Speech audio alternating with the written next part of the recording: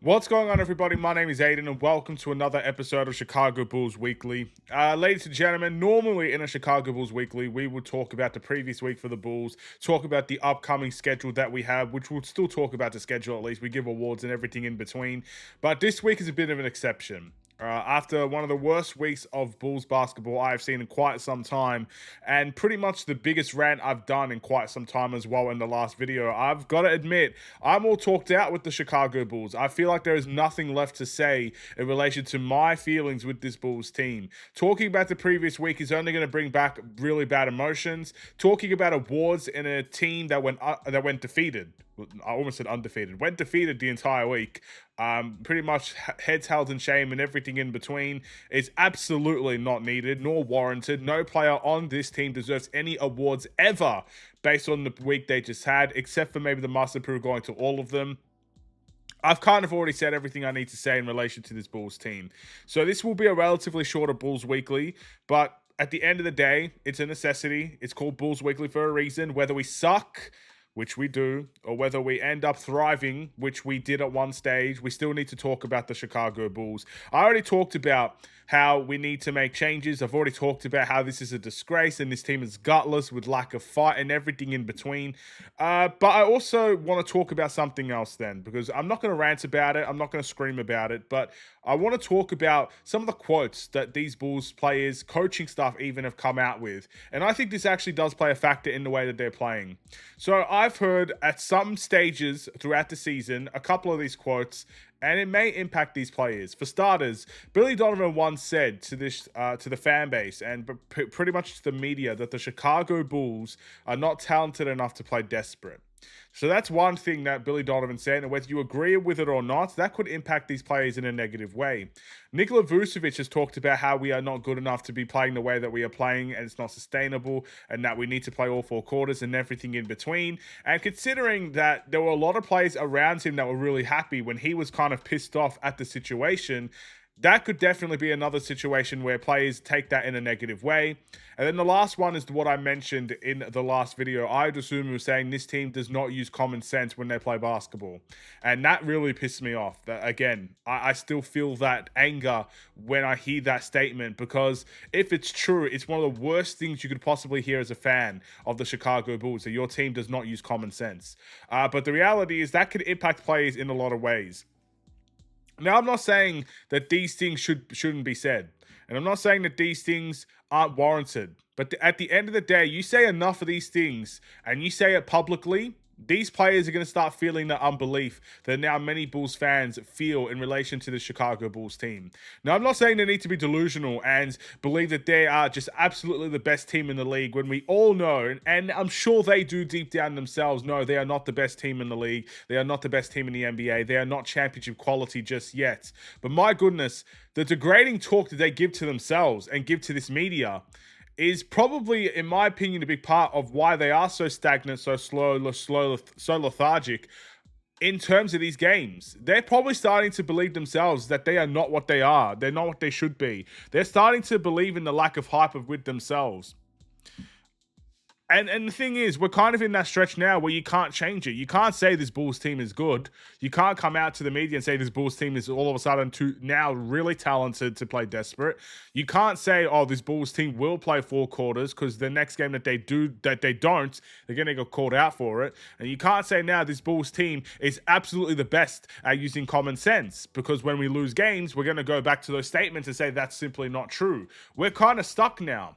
But it's clear that these words coming from our players and our coaching staff, I think has affected other players and even some of the coaching staff themselves. And in my opinion, we need to find a way to get some belief in this team again.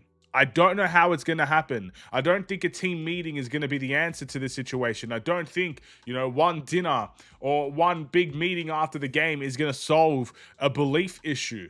But some way, whether it's a big victory down the line, whether it's a 35-point massacre in which we actually win, we need to find some belief in this team again. And I'm turning to the leaders. I'm turning to the guys like Josh Giddey. I'm turning to the guys like Nikola Vucevic. Whether you like it or not, he's a leader. I'm turning to the coaching staff and Billy Donovan. Many people want Billy Donovan gone again. I'm not surprised by this. Whether it happens or not, we'll wait and see. But I'm turning to these guys that are supposed to be the leaders of the Chicago Bulls, and I'm asking you, if there's any salvation in this team, there needs to be some belief in this team. You need to instill that belief. You need to do it.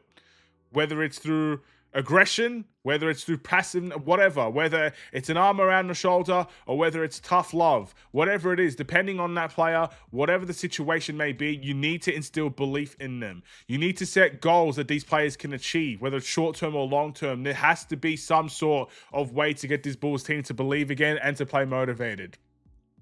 82 games is a long season. And I've already said I don't believe this team is going to do much when it comes to the regular season. And I stand by that. And I stand by the fact that if players are not playing well, it is time to punish them for not doing so. It is time to change the team accordingly to have players that will give effort every single night. I stand by those statements. But belief needs to be instilled. And however you do it, it needs to be done.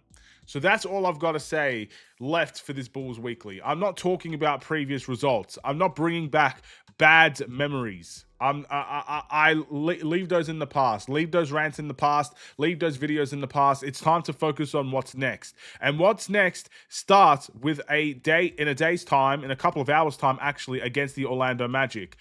This will be the second time we face the Orlando Magic. We played fairly well against them the first time around, and this was in their home turf. But all that being said, Orlando are playing a different brand of basketball. And not only that, Orlando have found a little bit of a rhythm compared to when we first faced them at the start of the season. It's polar opposites of where we're both at. I think Orlando have found a little bit of a rhythm. I wouldn't say amazing rhythm, but they found a little bit of a rhythm, and the Bulls have fallen off a cliff. You know, complete opposite to where we were at the beginning of the season, where the Bulls just stood on top of the mountain, on top of the world, and Orlando were just questioning everything that was happening. You know, all these pieces, will they even fit together? It's a different situation, and obviously different favorites to win the game, I would say, as well. We are not the favorites. We will not be the favorites, but this is a chance to instill some belief in your team. If you can beat the Orlando Magic away from home, yes, you'll get people to say, why can't we beat the crap teams, but we could beat some really decent teams and all that sort of stuff. The most important thing about this week is to instill that belief. And beating Orlando away from home when you've lost 3 off the bounce, it can help you do that. And the way that you do it as well can help you do that. So this game is very important. We could be losing 4 in a row and we're talking another rant and we're doing all these things. Or you can win this game and find that belief that this team truly needs. That next game is against the Brooklyn Nets. After that at home, again, a winnable game. But we already know with the Pacers, with the Charlotte Hornets, and with the New Orleans Pelicans, those were 3 winnable games. Whether we had players in or out of the lineup, they were winnable games. And at the end of the day, we didn't win them. So when I see Brooklyn, I see a team that, yeah, we could and probably should be beating, but it doesn't necessarily mean anything unless you actually do it. You got to put in the work to get a victory. And this Bulls team has to put in that work. We'll see if they could do it. And then we got another game against the Indiana Pacers, and this one is going to be at home this time around. Now, we literally just versed the Pacers not too long ago with a Pascal Siakam buzzer beater, and in my opinion, one of the worst games of basketball I've seen all season from this Bulls team. Offensively, we were shocking. Defensively, it didn't really matter because both teams sucked. But either way, it was a really bad brand of basketball that I think both teams want to do better in. And the Bulls have a chance now to get a little bit of revenge over a team that got the better of them in their home turf. Yes, we could have won that game against Indiana, but I feel like my emotions were still warranted at that time. If we had won that game against Indiana, maybe I wouldn't have ranted as much as I did. But all those talking points, all those belief systems and gutlessness and less lack of fight, they were all present well before that Pacers game. I think the Pacers game just brought it out of me a little bit more than any other. But regardless, we have a chance to rectify. I wouldn't even say rectify because you can't take it back. We have a chance to change the situation. Let's hope we could get it done. I'm predicting we go 1-2 this week. I can't imagine us losing all 3, but we'll see. You know, things can. The way that we're playing, we're very much in position to lose all 3, but I don't think we will. I think we'll find a way. Thank you for watching. See you in the next one. Stay safe, stay healthy, and stay tuned for more. Take care. And peace.